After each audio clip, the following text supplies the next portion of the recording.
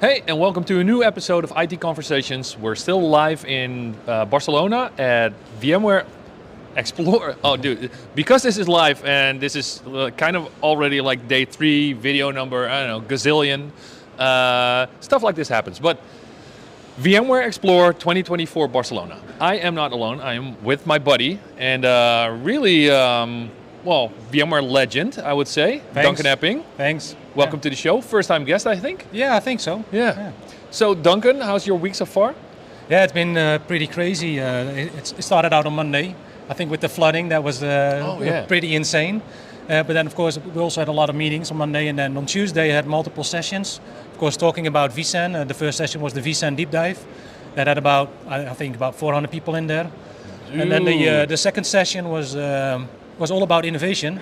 And we had about 300, 325 in that. Wow. Which surprisingly enough was way more than we had in the US. In the US for that deep dive session, we had about 200. For the innovation session, we had about 80. So it's interesting to see that, especially in Europe, it seems that the audience is not only more technical, they're also more interested in some of the technology that's coming up. So yeah, it's going well. I had a kind of a similar experience with the session with Frank I presented earlier this week. In Vegas, I think we had roughly around, I don't know, maybe 80 people in the audience. And here, I would argue at least 150. So the audience seems to be more engaging. And I heard different people from vendors as well talking that the Europeans are definitely, they like technology maybe even more. Yeah, for sure. It's definitely something that we've noticed as well. And you also notice it during some of the conversations that we have with customers. If you look at the conversations with customers, the type of questions that we get, they're also way more technical than we've seen in the US. In the US, a lot of the questions are organizational, and here it's all about some of the technical details. They want to know about the speeds, the feeds, etc. So it's interesting to see that difference. Are those conversations also about different aspects of the technology? Like what you mean? Yeah. You mentioned the feeds, but also like vSAN has multiple capabilities, and some of those capabilities are really being consumed in a different way in a geo. Now let's dive into the tech. So before we dive into those maybe those announcements as well, you had one of those sessions was focused on innovation. Yep. It was called the Six innovations, of vSAN or VCF storage. Right. Correct. So why 6 again? Well, I have to explain that. I think it's an interesting story. At the US, we did the session, and I don't think everyone really understood what the session was about. So we decided to give a marketing spin on the session title, and we came up with a new title, 6 innovations of vSAN. And I looked at the list of the different sessions, and there were already sessions on the list with, the one thing you should know about, the 4 things, 3 things, 5 things, but there was nothing with 6 things, so I came up with 6 innovations of vSAN. I'm not sure if we actually had 6, but I think it sounded sexy, so that's why we picked it. And you had a full room. We had a full room, so it worked. Yeah.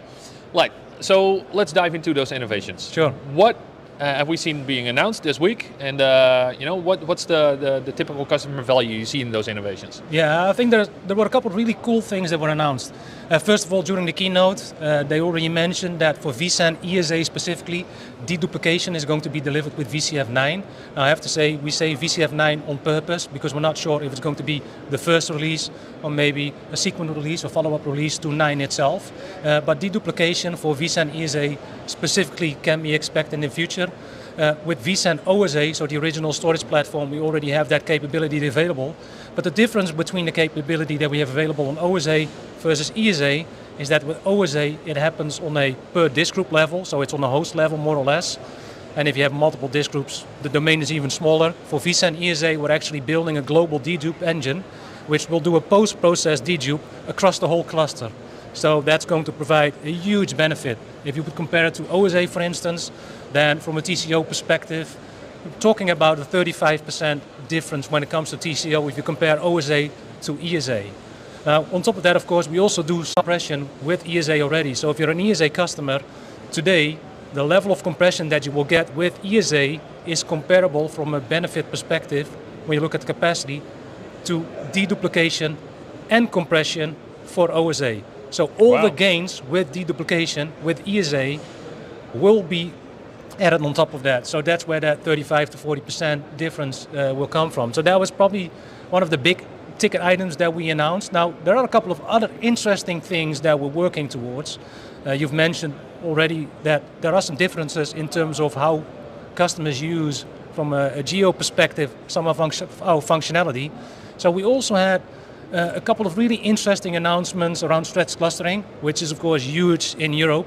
Every single customer that I spoke with today actually has a stretch cluster configuration. Which is completely different in the US, right? Yeah, in the US you barely ever see it. It's funny because the first time I started asking for that feature to be available on vSAN, no one understood why we wanted that functionality. Because every single time they spoke with a customer and he asked, are you interested in stretch clustering? The customer said no. So the very first time we were actually at VMworld back then, so I asked my manager, I said, can you do me a favor? Because we're doing the CTAB. And I asked him, I said, can you actually ask the audience if they're interested in a stretch cluster configuration?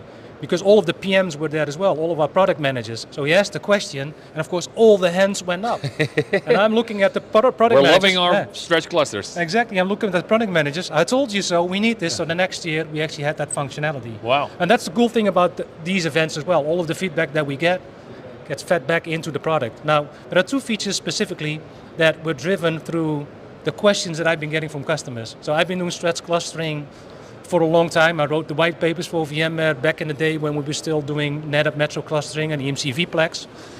And there are a couple of features which vSAN did not have. So for instance, one of those features is that if 2 out of the 3 sites fail, even though you still have a fully RAID set in that single data center that is available in consistent state, you cannot access the data because you've lost quorum. So what we're now actually actively working on is a solution where you could do a site takeover and can actually promote that single site that is left to a full vSAN cluster. Really? It's going to discard the other 2 sites, the data will become available, and all of the virtual machines will be automatically powered on by vSphere HA on top of that. Wow. So I think that is one of those huge features that a lot of customers, especially in Europe, will appreciate. And the other thing which we're now building, and that is something that I've also personally requested, and it's an interesting one because I've demoed it on stage, and it's probably the most boring demo you've ever seen. And the reason for it is simple. It's all about maintenance mode. Now, placing a host in maintenance mode is right-clicking the host, maintenance mode, enter maintenance mode, you're done. In a stretch cluster configuration, when you have multiple hosts per site and you want to do maintenance on a per site level, you need to do that for every single host within the site.